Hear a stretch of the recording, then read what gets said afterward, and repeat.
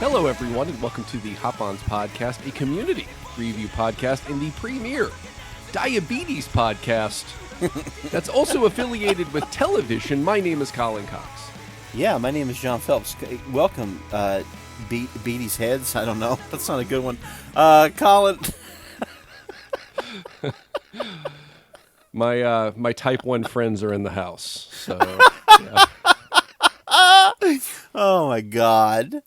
Yeah, John and I were having a conversation about even if you have exceptional health insurance, just how expensive type 1 diabetes or really all diabetes. Yeah. It's not like they're giving away type 2 diabetes medication and charging an exorbitant amount just for type 1 medication. But yeah, no, we were discussing it because I have diabetes. At one point you said I got hit with a D-bomb. Yeah, that's bad. That's a thing you feel said. bad. I'm so sorry I said that. I do want to apologize. Younger me was a real shithead. So no, I always thought it was funny. My favorite joke I've ever told about the diabetes is that whoever is up there aimed the diabetes wand at me, and I ducked at the last second, and it hit you. I bent down to pick up a Sour Patch Kid off the ground to put in my fat face, and you got it instead of me. Don't beat that.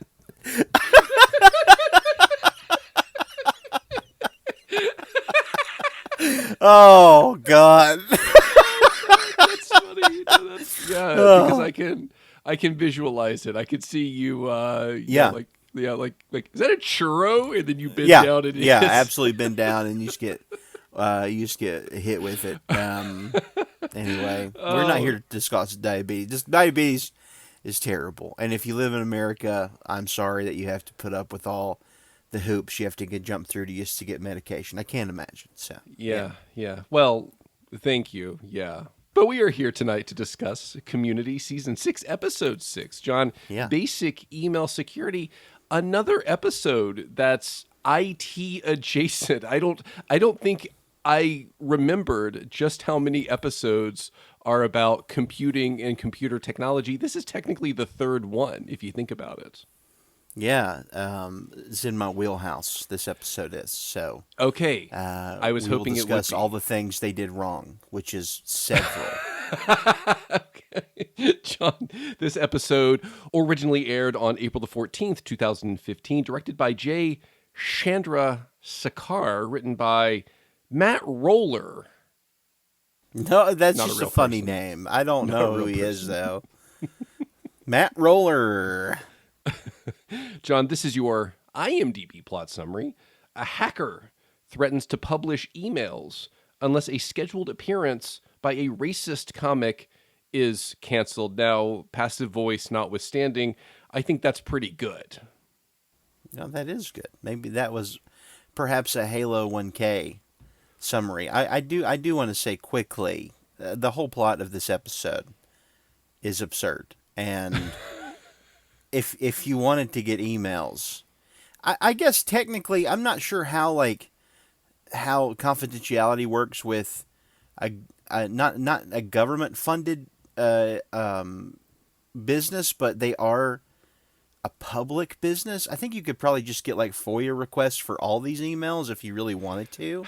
Yeah, I guess you could, right? I mean, perhaps that's not as theatrical as no, that's not as fun release. As just some old guy saying, "I want to see what all the money's spent on," and they get a FOIA request and they see that the dean spent thousands of dollars on Dalmatian goods. That would be what they would find. Nobody would care about the rest of this. But yeah, this is a very heavily IT themed episode. Well, John, you alluded to this a little bit, but I think we should properly understand how you feel about this episode as it relates to previous seasons. John, are we still going to do this bit? Okay. John, it's time for Barker Bite.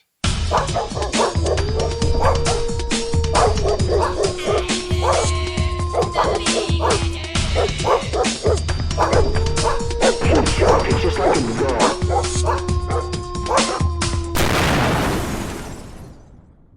diggity boys, a diggity dog. Yeah.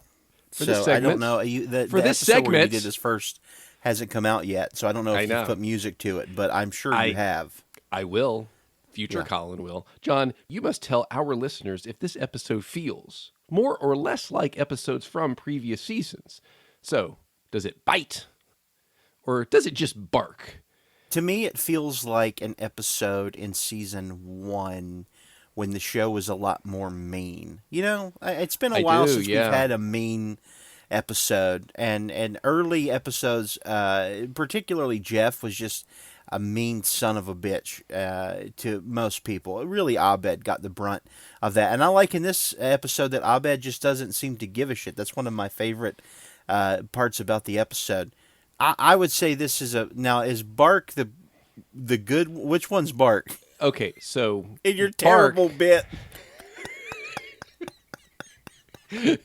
Bark is when Yeah. it just pretends to Okay, be like. Okay. I would say this one bites. I guess Bites. it gets a paw of approval. I don't know. Is that what we're doing? Anyway, it's a lot like early episodes, is what I'll say. John, thank you. Bark or Bite is a Hop-Ons podcast segment sponsored by musician Pitbull. Thank you, Pitbull. What if in the dark of night when Pitbull has nothing going on, he just happens, and he's a big community fan. We don't know. And he just happens to find this episode Where of we the do podcast. Bark or Bite.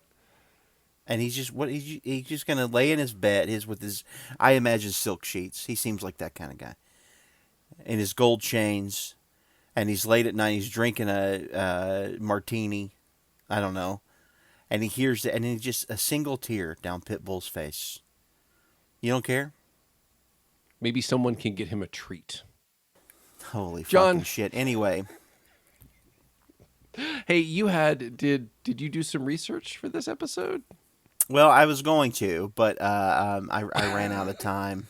Colin, the big winner tonight, I will say, I did look. Now there's a couple. Now let's just talk about this. Okay. There is a show I have genuinely never heard of in my life that was on Fox, and it was called Weird Loners. Have you ever heard of that show? No, I don't know what Seems that like is. not many people did either, because I think it lasted a single season. Sure. It had a 0.9, which is lower than any Community episode that we ever watched. NBC, The Voice, Yeah, okay, 6.7 popular. did Yeah, a big that's thing. pretty good. Big winner tonight, though, CBS, NCIS, New Orleans, Okay. 9.1. That's a lot. That's Because a we're lot not- of people. We're not in a time slot, so was But was they, the Big Bang I think we would have Theory- beat the Fox show, but the other ones would have definitely beat Yeah. our ass Yeah. hugely, I think. Yeah. Yeah. So, John, you said this feels like a meaner episode, and Abed even alludes to this. One of the many times when the subtext of the episode becomes text because a character just says it, that this is maybe the conclusion of a trilogy of episodes that began with Annie's pen. And because of that, Act 2 feels a lot like a bottle episode, a one-act play. Again, one of these episodes where the group airs grievances. And you said it felt mean, and I would agree with you, but am I to assume that because of the tone, no good, or do we like this episode? No, I like this episode. I think it's very good television. It's an episode that has a lot of very, very funny moments. That bit of Act 2 is really super dense, and something that I enjoyed watching it. You know, I think it's one of the few times in the show that the actors get to actually do something that's not just like comedy. Mm-hmm. Elroy in particular is fucking hilarious in that moment. He's really good, and also very good at being slightly saddened by what he's read. We can only assume. I think Chang says he looks like house guest era Sinbad, which is so good. What a great joke that is. But yeah, I like this episode a lot. I do think it is a rather mean episode, but I think it's incredibly silly, and that holds a lot of weight, I think, in the overall story, especially right after the big fight. They just dip into this insane idea of what protecting freedom of speech looks like by like Yeah. rushing this asshole who's terrible at comedy on stage. And then and who was played by the director of this Yeah. episode. And I love that he's like, we're supposed to feel sorry for him for a moment because he's like, everybody else has canceled me, and then the study group's like, oh, that's great. And immediately we realize that he's canceled, not really because I don't think his jokes are I mean, they are super racist and maybe like agoraphobic, but he's also just incredibly bad at comedy. And I think that's probably why most people are canceling him, is because he's just fucking awful. So yeah, I think it does a good job at like leaning into both of these places. Paget Brewster does a great job, like with all the serious stuff. That bomb that's dropped about her sister is like sucks the air out of the room, but like in a very, very heavy, watchable way. I think it really is like a very emotional moment. I do want to say, I noticed you didn't have a lot of notes, and normally when you don't have a lot of notes, that means you might not have liked the episode as much. So how did you feel about it? I really like this episode a lot. I think one of the reasons why, John, I don't have a lot of notes is because this is an episode with a single unified narrative. There's no B plot, there's no C plot. I mean, maybe you could argue the police investigation is a subplot, Yeah. but it's really not. I mean, if it were, or if it is, we as the audience are not privy to it. So it's something that happens. It's a non-narrative plot in a lot of ways, is how I would describe it.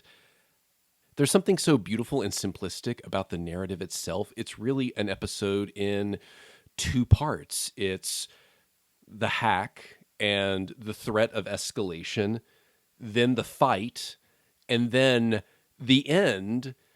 Feels a lot like, I put this in our show notes, it feels a lot like the end of Arthur Conan Doyle Sherlock Holmes stories, where the narrative only receives a kind of unification because Holmes explains everything to Watson. And we can talk about this because I'm curious why they ended the episode like this, where they do the work that in theory we as the audience should do, which is attempting to make sense, maybe develop thesis statements about what the episode means, etc. But I think the second act of the episode, the fight itself, is some of, maybe it doesn't feel like older episodes of the show or even like something you would see from a sitcom, because it's also really long and protracted. It's some of the best work I think the show has done. Again, that feels, I think with maybe a couple of interesting additions, you could stage that as a one act. You really, really could. It's really beautiful. Yeah. And the way they enter the space feels like the kind of thing you would see from a one act. Again, watching this show play with form in this way is something that I find endlessly entertaining and watchable. And if you're someone who, like the two of us, really likes theater, and maybe, I mean, I think I've mentioned this before, I have a particular affection for the one act because I think it's incredibly hard to do a one act well. And if you can do it well, it says a lot about your capabilities as a writer and your ability to develop character in an incredibly short and compact amount of space, because you need basically single lines to have a kind of depth that they may not have with a 3 or 5 act play structure. But yeah, John, I love this episode. And plus, I mean, I don't know. I think you and I probably agree about some of the larger, maybe more philosophical ideas that this episode wants to explore. In particular, this question around censorship, around disclosures. So I don't think there will be, at least I don't anticipate a lot of disagreement there. But yeah, I like this episode. It's simple. It's not as complex, at least structurally, as other Community episodes and a lot of sitcom episodes. But in its simplicity, I think it's just endlessly watchable, very funny, and just really beautiful. Yeah, that's very well put. The story is like very simplistic. Essentially, a hacker has hacked into Greendale, which is, when you say that, what that can mean so many things. has hacked into Greendale and is going to release everyone's emails if they do not cancel the performance of a very anti-Semitic comic. Who I think is also homophobic and Yes, racist toward racist. black Yes, people, I think. Yeah. he is. So Yeah. And so that is the whole premise of the episode, and the study group is trying to really, Britta is sort of the spearhead of this, is trying to come to terms with at what point do we turn off or do we, cancel the idea of free speech, because, free speech does not equal horribly terrible, hateful rhetoric. And so I think at some point you have to make, the decision to say this is the line. And Britta, I think, really quickly understands that maybe I've made a mistake by doing this, I think.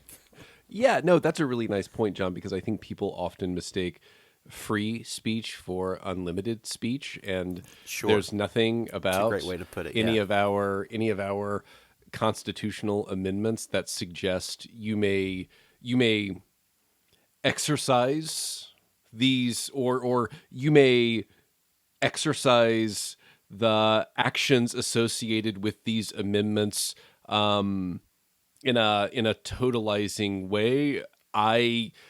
If I were to in earnest say I wanted to assassinate the president, that would have legal consequences. There are Sure. things you simply cannot say, and of course, there are ways. And this is something I talk to my students about often, John. This idea that, like, if you sign a contract with a private entity, I mean, some of your behavior is protected, but that doesn't mean if they fire you for breach of contract that you can then claim, well, they're infringing upon my First Amendment rights. It doesn't work Right. that way, you know?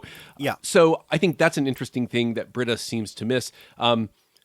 Britta's not the government. Greendale is not the government, you know, saying that we This is will true. not. Yeah, saying or adopting a position that basically argues we will not platform certain people. That's not an infringement. And maybe Britta, correct me if I'm wrong. I don't think she references the First Amendment explicitly, but it feels like that's what she's really gesturing towards. So, No, she what a does. surprise! She Oh, does references. she? She Okay. says it's so important that they made sure to put it first. That's what she Oh, says. she does. Yeah, Yeah. So it maybe shouldn't come as a surprise, considering what we've learned of Britta, that maybe she didn't pay attention in civics class, because again, I don't see how this is a breach of any First Amendment protections. But I think, John, this does afford us an opportunity to maybe have a conversation about censorship.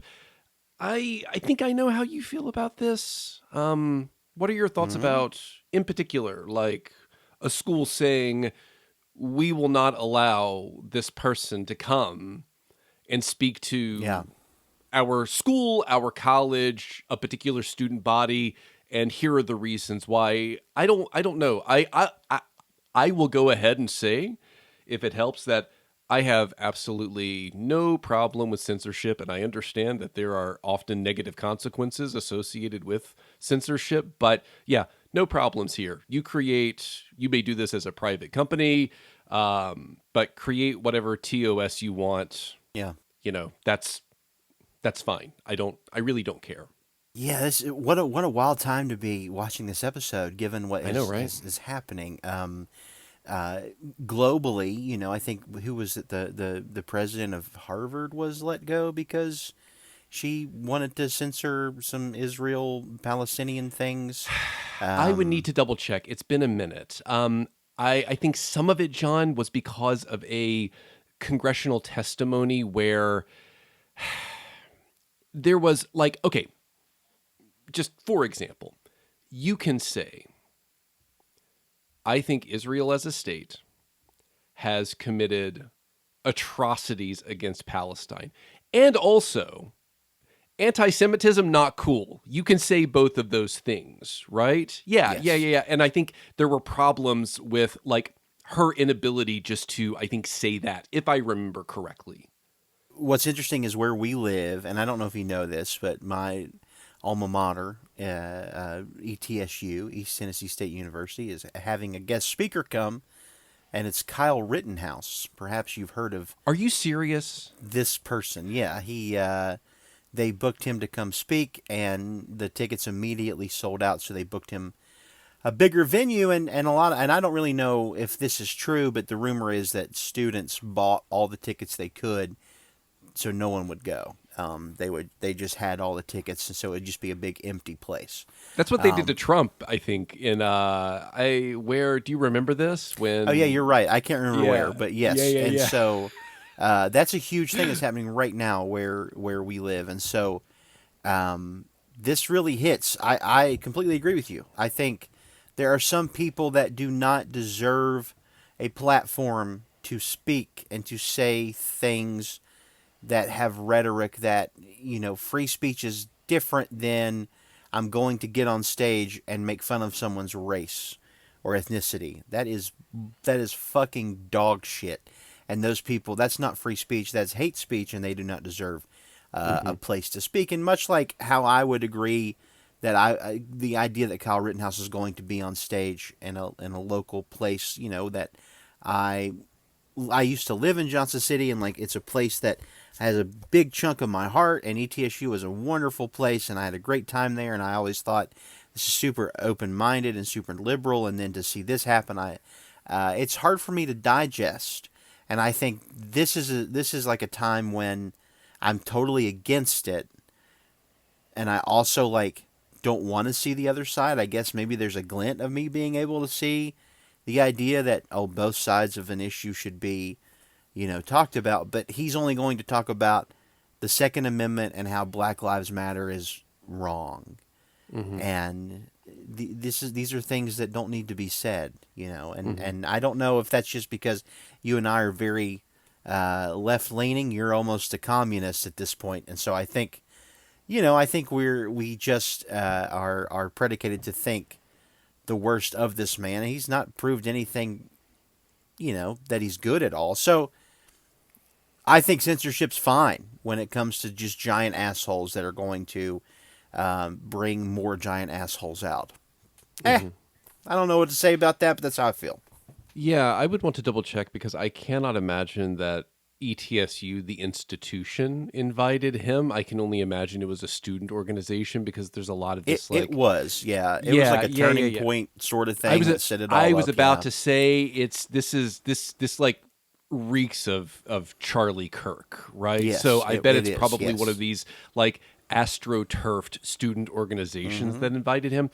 John, what's really interesting, because again, I think I'm always inclined to think about form in these kinds of situations. So when I think about this idea, because you hear people say this a lot or gesture towards this, in particular bad actors say things like, well, why are they afraid of open dialogue? Why are they afraid of hearing both sides?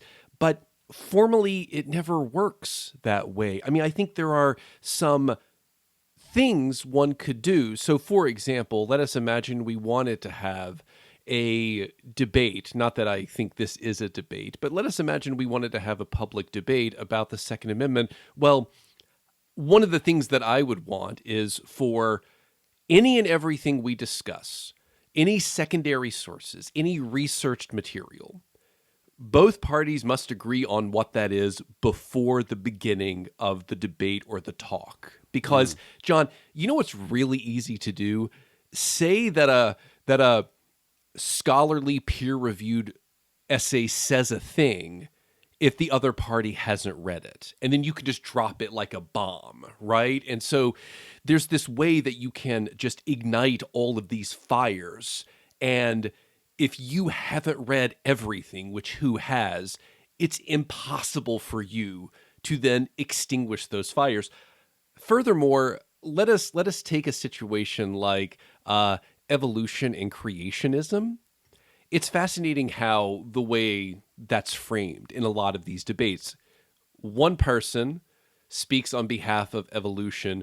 One person speaks on behalf of creationism. I think John Oliver has made this point. Well, if we wanted it to be accurate, there would be 9 people versus like half a person speaking on behalf of creationism, because that, John, even that dichotomy creates this false impression that it's a debatable topic within scientific communities, and it's just not. It's just Right. not. So I Right. think in a lot of cases, the biggest problem here is really a matter of form. And I think in particular, when thinking about something like stand-up comedy, like, I think this is something that either, for example, someone like Dave Chappelle or people who like him miss. It's not that he tells interesting, provocative, funny jokes about trans people. It's that he tells bad jokes about trans people. Like, that's the problem. Like, there's a lot of wonderful trans comedians who tell great trans jokes. Dave Chappelle does not. His jokes are bad and stupid about trans people. That's the problem. And then that becomes, well, they're attempting to censor me because of woke mob, yada yada yada. But Sure, instead, for sure. Yeah. it's no, it's just a bad joke. It's like what we see with Gupta. I think I have his name right. It's not that you cannot tell jokes about racial minorities. You just cannot tell bad jokes about racial minorities. That's the Yeah. problem. Yeah, and I think bad is like it's got so many different meanings there, because bad is in like a joke that just doesn't land, which his don't. Yeah. And also Dave Chappelle's a great example. Dave Chappelle's trans jokes are just, I don't understand trans people and therefore they're fucking weird. Yeah. That's not a joke. That's not a just joke. you being an asshole. And so if I'm like, that's not me being like, oh, you're such a woke liberal. No, it's just you're a fucking dumbass, and people that hop onto that are also stupid and defend that, because he's not saying anything spectacular. He's talking like my grandfather would have. Yeah. That's exactly what he's doing. He's just a closed-minded dipshit who thinks that this will press some buttons and make me more relevant now than I've been in a while.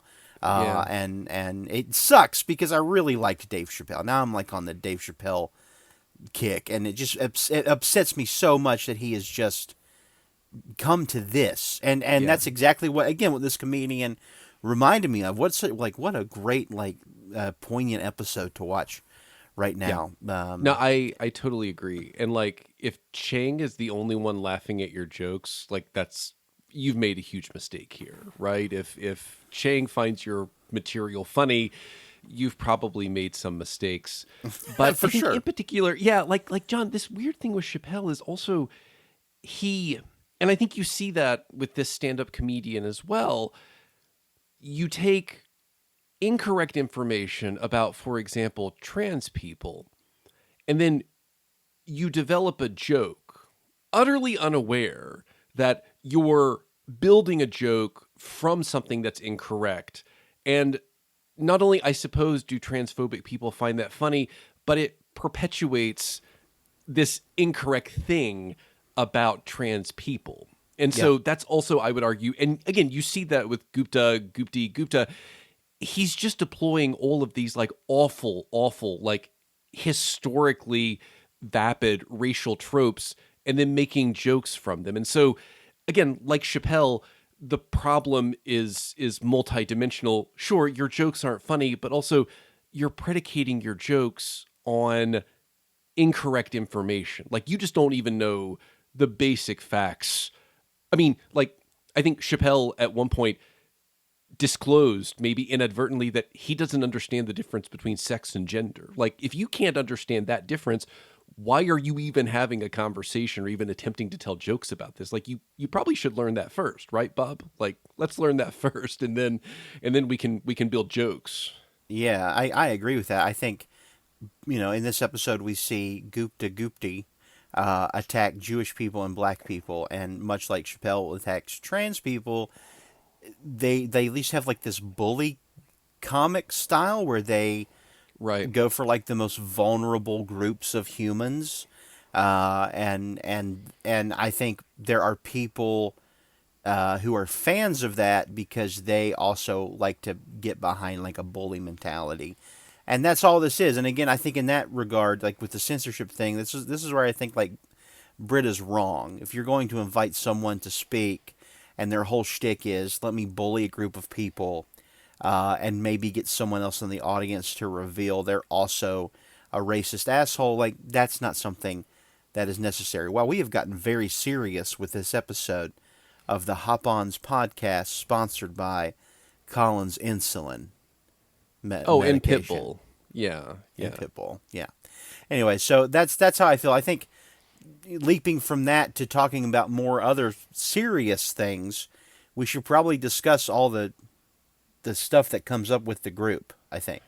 Yeah, and I would just say one final thing as a way of maybe finishing this conversation about censorship and why I think it is necessary at times. Are you familiar with the concept called stochastic terrorism? I'm not. I can't say that I am, no. So the idea, John, is if you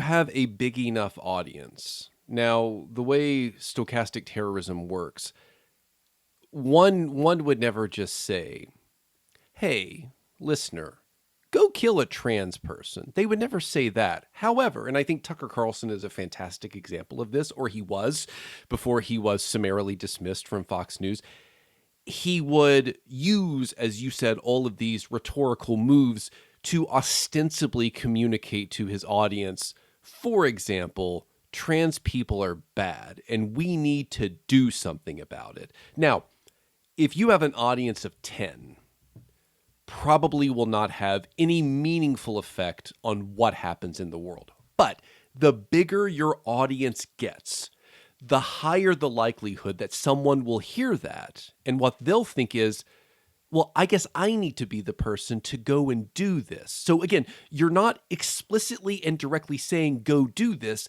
but if you have a big enough audience and a big enough reach, someone will definitely think that's what you mean. And then bad things happen. And I think that's another reason why I think we should, as you said, just reject Britta's position and think that, no, censorship is necessary, because given a big enough audience, if you say hateful things, even if you don't say explicitly, go and do something about this, someone will think what you mean is, I should go do something about this. And this is something you see, for example, with these QAnon communities, where there's someone who thinks, I guess I probably need to take a gun to a pizza parlor because Hillary Clinton's extracting adrenochrome from children in a basement that doesn't exist. That's the idea behind stochastic terrorism. And I think that's another reason why we should take censorship. That's another reason why I think we should take censorship seriously, because given a big enough audience, you say crazy shit, someone will do something about it. Yeah. I would never say go kill Tucker Carlson. I would say something should be done about Tucker Carlson. John. But that's it. Anyway, no, you're completely right. And again, given where we're at with and the amount of fucking insane things that like QAnon people have done, I fear every day for vulnerable communities of people, trans people being like the biggest one. I cannot imagine what it would be like in America when, and again, my staple as if I were a politician, I would run on. My motto would be, everyone should mind their own fucking business. That's what my motto would be. I would get put on a shirt. I would say, make sure that you have enough to eat and a place to live, and then everybody should mind their own goddamn business. I don't know if it would do well. I would try it, though. I would give it a go. Well, I mean, it's interesting because that feels libertarian, right? But I don't. Yeah. But I'm big into guns also, so I think libertarians. Wait for me, Colin. But I mean, but no, like in all seriousness, like if you think about, for example, a character like Ron Swanson and how he's a satire. For sure. Libertarianism, like his whole modus operandi is just leave me alone, and I think everyone should leave everyone alone. And I guess the thing that concerns me about that perspective, at least in the United States, when you think about what it means to be a libertarian, it's often a Trojan horse for more terrible and exploitative conservative ideas. And so I guess I think, like if everyone just tends to themselves, I don't know, like, well, first, I mean, it feels too, like, almost destructively individualistic for my taste, but also what could happen in that vacuum when everyone is really just tending to themselves? Because I think the point is not everyone will tend to themselves. Yeah, I think Yeah. what I meant by that is like who someone loves and chooses to be Sure. is none of Yeah. my concern Yeah, or totally. anyone's concern. Yeah. And I wish that was not something that was such a giant talking point when there are so many more fucking awful things happening to talk about. That's it. That's all I'm saying. I'm not a big libertarian, everybody. I fucking I'm hate kidding. That was a libertarians, joke, by the honestly. way. So, I feel like you should get that from this show. I like We're gonna paying lose some taxes, listeners just so now. we're clear. We're I gonna lose some enjoy having listeners. roads and libraries. Those are pretty cool. But maybe we'll privatize them. That sounds good too, We just lost privatized roads. Yeah, we Yeah, should. yeah, that's a Yeah. brilliant fucking idea. Anyway, let's talk about the big to do, shall we? Yeah, I mean, speaking about bad behavior and terrible ideas, John, this one act play, as I've described it, where the school, the college, they now know. Well, they're no longer the study group. I suppose they're more of a party planning committee, but they now know all of their dirty secrets. I didn't know. Did you have any favorite awful things disclosed Oh, in favorite in awful this things. email dossier? I don't know. There were a lot of like heavy things.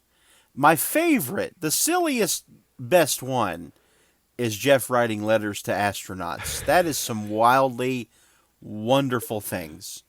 I love that the tiny boy in Jeff who made the GI Jeff episode is still there. Deep down, he is still the tiny boy who has dreams, and I love him for that.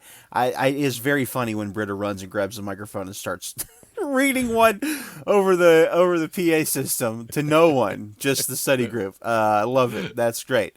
But every other thing's pretty heavy. Elroy Yeah. is like wildly defensive, but in the best sort of ways possible. When he walks in with the shirt that says 2015 on it, and he says, I wanted to wear something more up to date, and in his brain, that means I will wear a shirt that has the date on it. Yeah. 10 out of 10. Don't ever change. Fantastic. That's Yeah. fantastic. His video game about what, like, sexy lady vampire hunters, is that Lady what Time Travelers. Lady Time Time Travelers. Travelers? And he's making 3D naked models of the ladies in the group. He is. That's not the He best, Elroy. Not the best look. No, not the best, my guy. Yeah. Annie, the way she declares her frustration with the idea that they tested her blood. So good, man. Fantastic. 10 out of 10, fucking hilarious. Yeah. They stole her blood. She voluntarily gave her blood for what she thought was the Human Genome Project, and they took that to test for amphetamines. Yeah. Yet another fucking- reminder. I think you and I have spoken about this. It's interesting how this episode gestures, I would argue, back to maybe some things we discussed that we almost wanted the show to do in season 1. Yet again, referencing the fact that Annie is a recovering drug addict, something the show does not really discuss as often as you would expect. Yeah. They bring up Jeff and Britta dating. They bring up this great back and forth that Chang and Jeff have, where Chang sends Jeff an email every day asking, is Britta or Annie hotter? And Jeff responds one time after, I guess Chang says Britta's number one today, and Jeff responds, haha, yeah, which? And I should say this is a response that you would just give someone when you don't want to talk to them. That's the exact response. Jeff probably didn't even read the email. He probably just sent that. It's interesting because if we imagine that, this episode, because of Elroy Shirt, 2015. So I think, 2013 was the year that occurred? Yes, 2013. So that's correct. season 4? That's the gas leak year. So I guess canon-wise, then, Jeff might have been under the influence of some type of gas, I assume. Maybe. But that was also the season where Britta and Troy dated. Oh, yeah. So maybe there's some jealousy. Who cares? That's adult. That's so wild. It is funny that Britta knows the exact date, though. Sorry, I didn't give a shit about it anymore. You were so, momentarily invested. I just stopped caring. No, midway through that statement. Tell, yeah. So, I think at the very least, we should discuss the way this email dump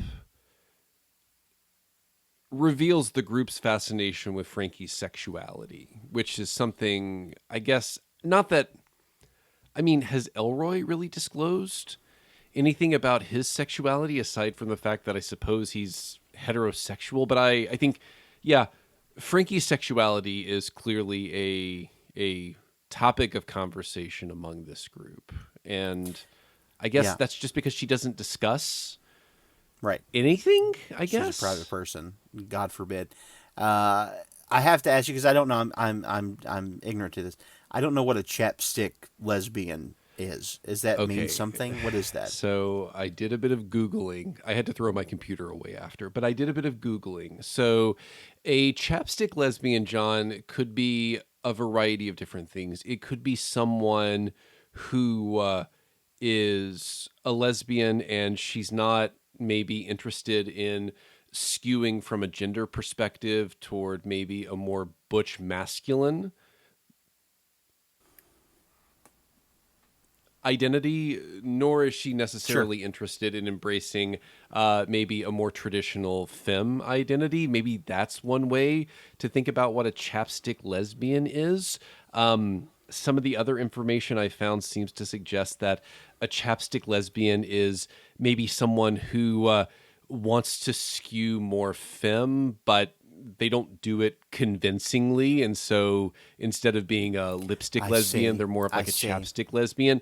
I think the idea is, at least the way I'm thinking about it and reading it, is a chapstick lesbian is someone who is not successful at being whatever they want to be. At least that's how that makes the whole thing so much more mean and derogatory. Yeah, I think so. God damn. Yeah. I do feel bad. Frankie gets it the worst of anybody in this change. She, number one, they have an entire debate about her sexuality, as you alluded to, and it is not the best. Does not make the group look the best. And then Chang, in his infinite glory, says, maybe you should stop writing your sister because she never answers you. Take a hint. And we find out that Frankie's sister is in fact dead, and that Frankie writes her as a way to journal to her, which is like a coping mechanism that therapists do tell you to do. So, that is one of the more heavy beats of any show that I have seen, and I think the group not necessarily even handles that super duper well. I don't know. It's really, really mean.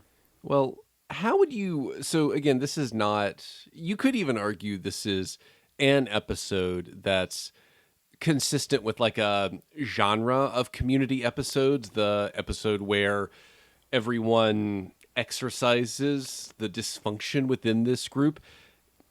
I think maybe you answered this indirectly, but John, what do you think? How is this episode different from other episodes about the group's dysfunction? Is it just how mean it is? Yeah, I think with those other episodes, there are moments of clarity where they come to realize how much they care about one another, and that doesn't happen here. There is really no like sort of after school special moment. In fact, I think they go so far as to almost satirize it at the end of the episode when they're all around the tables, and Chang says, "What's the lesson that we?" Of all people, Chang says, "What's the lesson that we were supposed to learn from all this?" Because normally at this point, like Jeff has given a speech, or Abed has said something to, like, bring everybody back together, but here they just yell, and then Britta lets this horrible comic on stage, and then the episode ends, and there's nothing to learn from it except I don't know. Even at the end, they don't know. They're trying to. It feels very Always Sunny at the very end of this, when Yeah, they're I was trying to thinking come that up too. with what's the lesson. And yeah, I think that's the difference. It is incredibly mean versus the other ones that we've seen. I would say.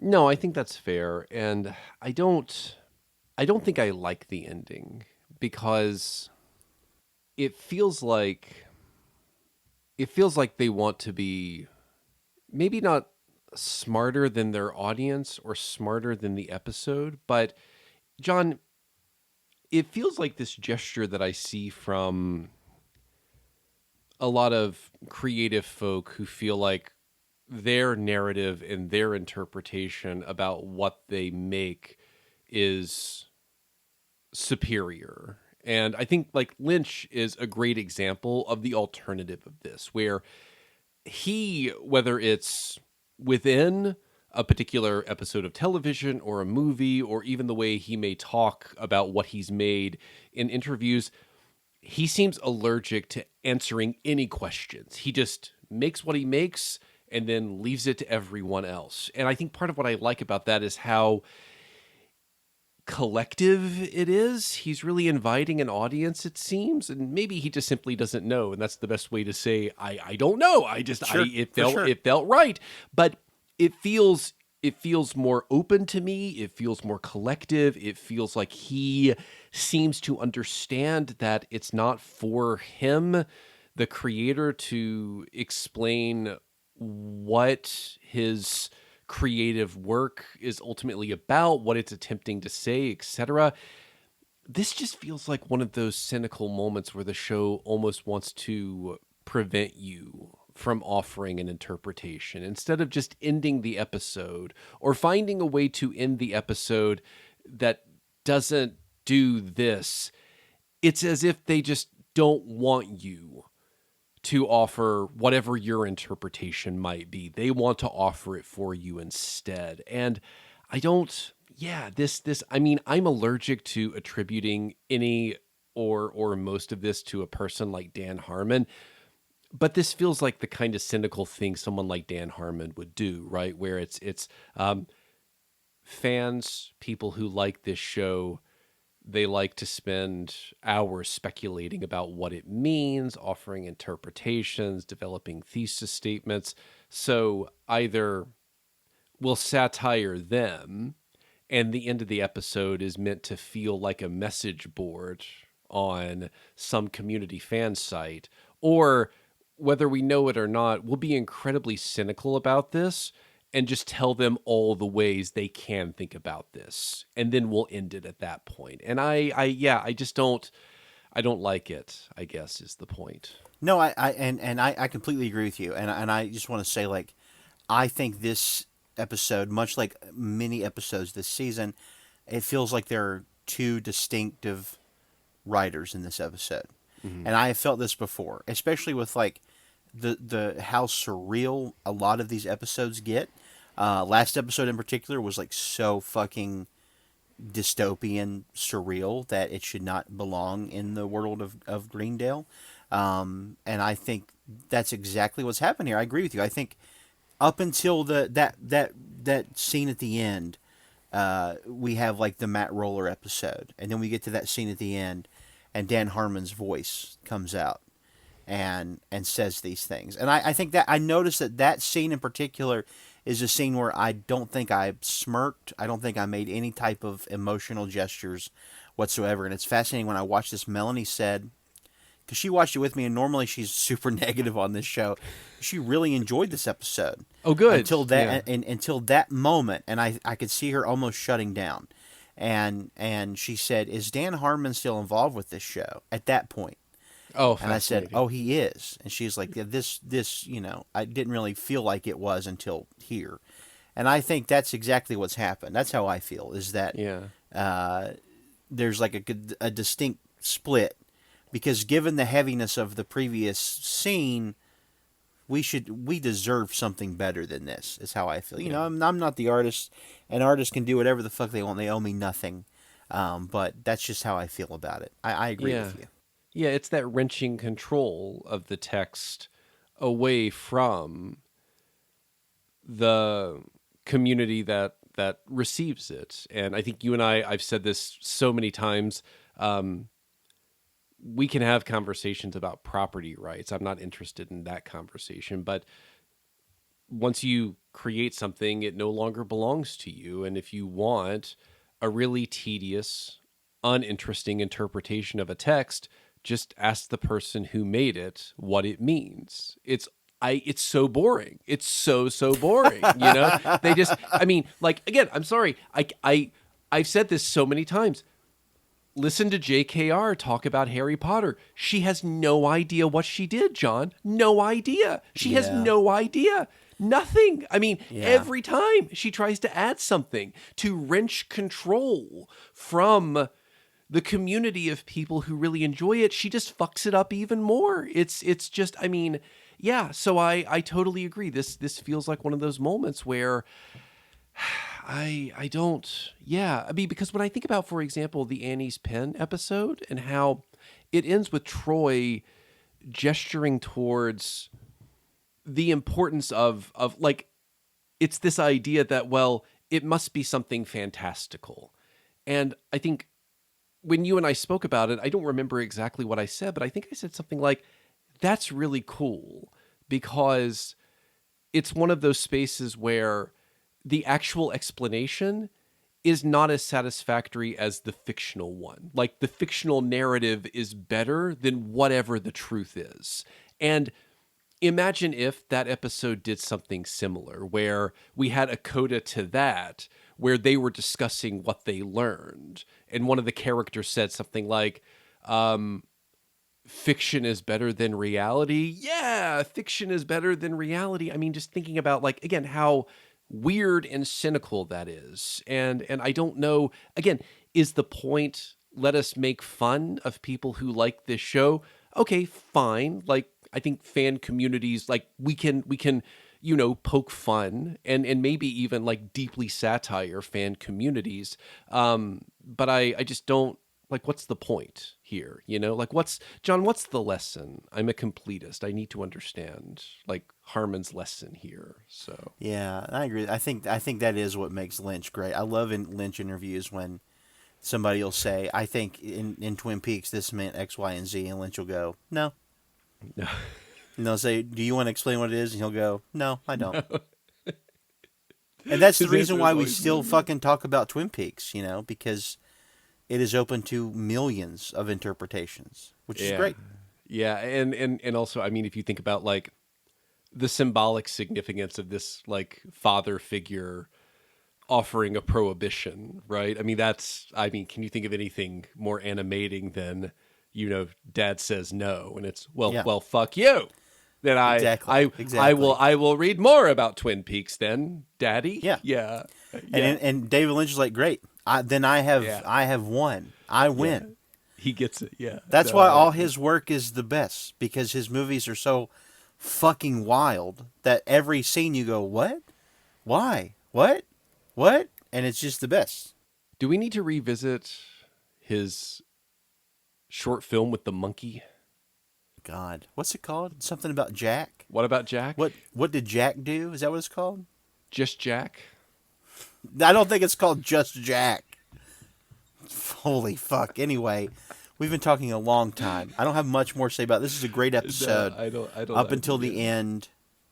But I liked it a lot. I think it's a stellar episode. Yeah, and again, thinking, this is the final thing I'll say. Thinking back to things we maybe said we wanted from this show, this feels like a Britta as protagonist episode. Yeah, instead absolutely. of Jeff as protagonist. And you and I, I think in another dimension, John, you and I are discussing this show, and Britta is the Jeff of this show. Yeah, I would agree with that. Also, really quickly, if this ever happens to you, the thing that Elroy said at the beginning, you need to cut the hard line from the mainframe.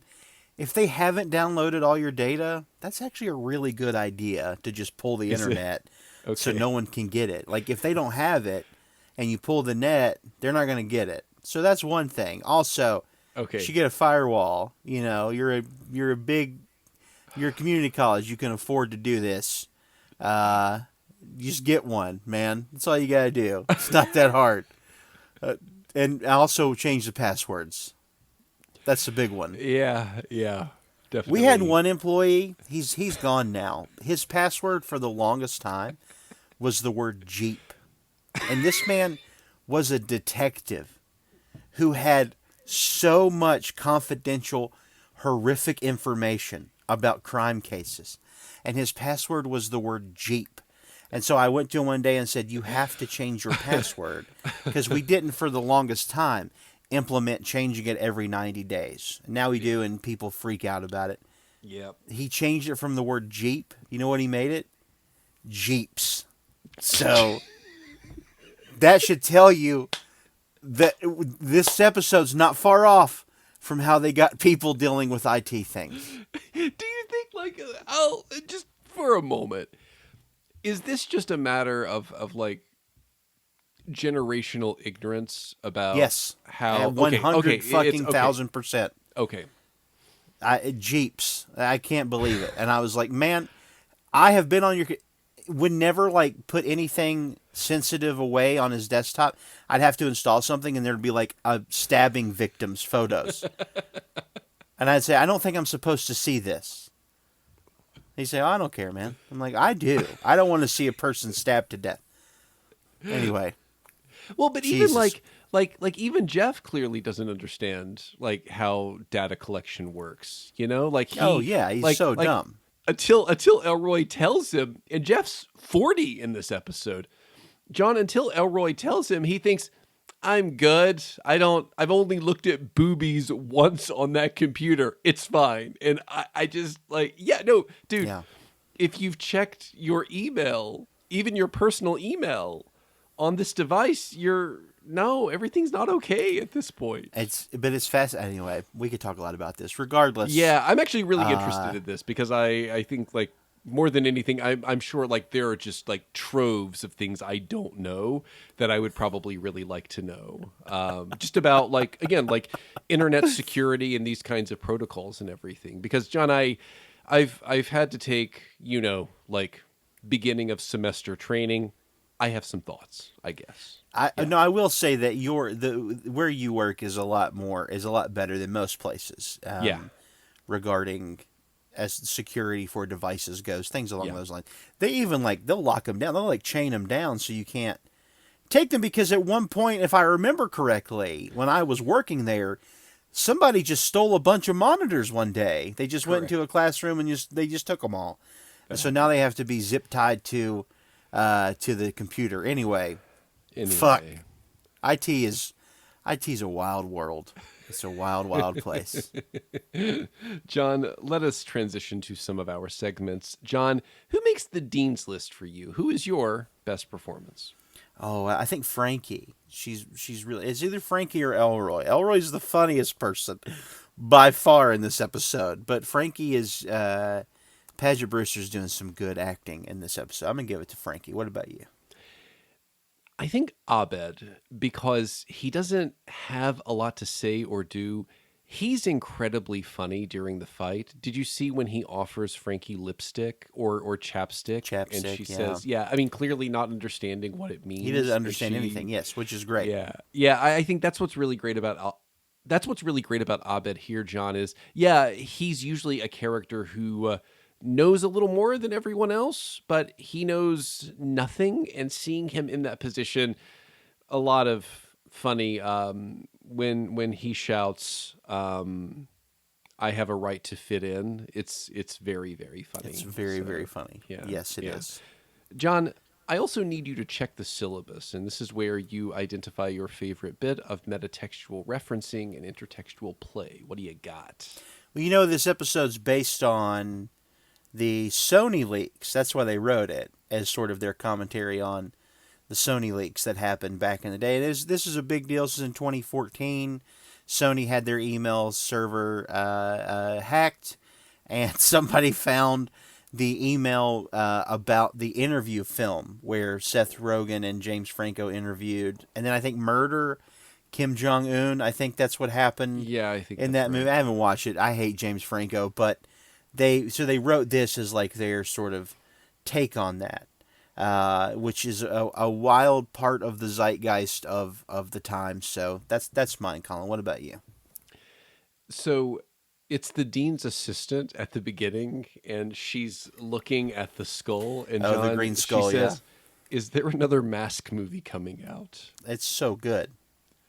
Spectacular. It's because so again, fucking good. It's like this is, as you said, a loose adaptation of something that happens to a film studio, and the first real bit of like commentary and bit of information we get is someone asking questions about a possible Mask sequel. So yeah, John, do you have any best lines? I didn't write them down. There's a couple that I liked a lot. One is when Chang walks in. Everybody's acting like they haven't read any of the emails. And Chang busts in and screams, "I read it all." This is how he screams. It's really funny. Yeah. And he points at Elroy, and Elroy says, "If you point your finger at me, I'll bite it." And Chang says, "What?" And he's like, "I'll bite your finger and chew it off." That's so good. And then again, I mentioned earlier, all the hacker's nicknames are his aliases. Fart Mitzvah, 10 out of 10 classic. There's one, I wish I had wrote it down. Something along like, I want to say like Dragons and Boners or something like that. It was fucking funny. And then one is just Captain Titty, which is always classic. That made me laugh a lot. But anyway, Colin, I know you had a bunch, so hit me with yours. I have a couple. I mentioned the one about the mask.